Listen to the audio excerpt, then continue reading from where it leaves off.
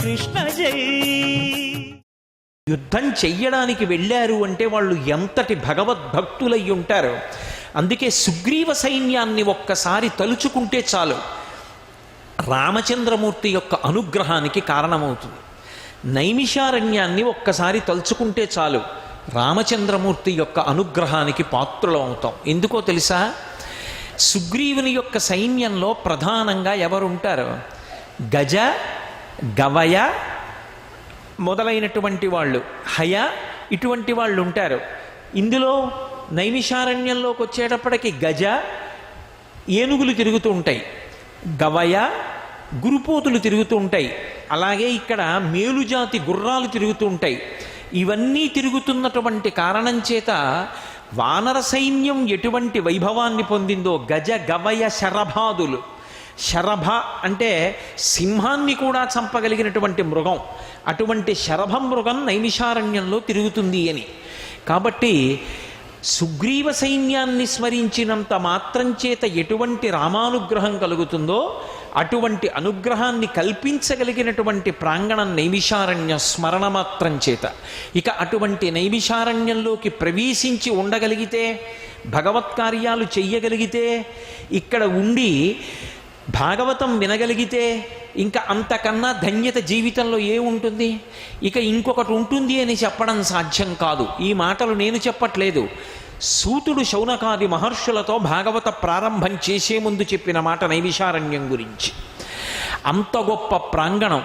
సూర్యరథం మన కంటికి కనపడదు. అందుకే సూర్యరథాన్ని కోణార్కలో నిర్మాణం చేశారు. సూర్యరథానికి ప్రదక్షిణం చేస్తే చాలు సమస్త వ్యాధులు ఉపశమిస్తాయని. అటువంటి సూర్యరథం భూమండలం మీదకొచ్చి దిగితే అదే నైమిషారణ్యం.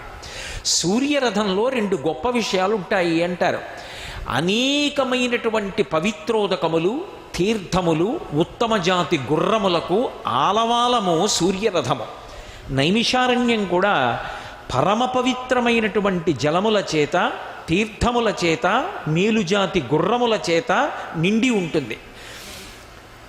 పవిత్ర జలములంటే శరీరమునకు ఉండేటటువంటి అశౌచాన్ని, పాపాన్ని పోగొట్టగలిగినవి. తీర్థములంటే ఒకప్పుడు అంగిరసాది మహర్షులు ఇక్కడికి వచ్చి తపస్సు చేసి వాళ్ళు స్వర్గలోకానికి వెళ్ళిపోతూ వాళ్ళ యొక్క తపశ్శక్తిని కొన్ని ఉదకముల యందు నిక్షేపించారు.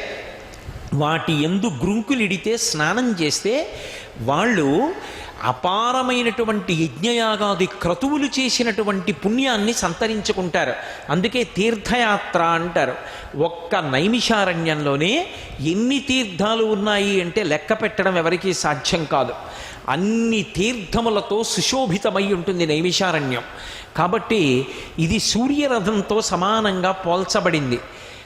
కాదు, ఇది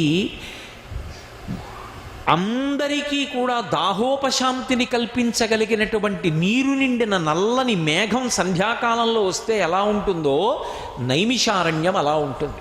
అంటే తెలిసి కానీ తెలియక కానీ నైమిషారణ్యం వెడితే నాకు ఇది వస్తుందని కానీ, లేకపోతే దాని వలన అభ్యున్నతిని పొందుతానని కానీ ఏమీ తెలియకపోయినా నైమిషారణ్యంలోకి ప్రవేశించినంత మాత్రం చేత అపారమైనటువంటి భగవంతుని యొక్క అనుగ్రహానికి పాత్రుడవుతాడు. అలాగే నట, నటి, సుషిర అనబడేటటువంటి ముగ్గురుతో కూడుకుని పరమశివుని యొక్క సాయం తాండవ సభ నిర్వహింపబడుతూ ఉంటుంది. ఆ నట, నటి, సుషిరములనబడేటటువంటి ముగ్గురుతో కూడినటువంటి ప్రదోష వేళలో ఉండేటటువంటి సభ, దాన్ని చిత్తరువుగా చూపించి సంతోషిస్తారు. అందులోనే పతంజలి, వ్యాఘ్రపాదుడు కూడా వస్తారు. 33 కోట్ల మంది దేవతలు ప్రదోష వేళకి అక్కడికి చేరుకుంటారు.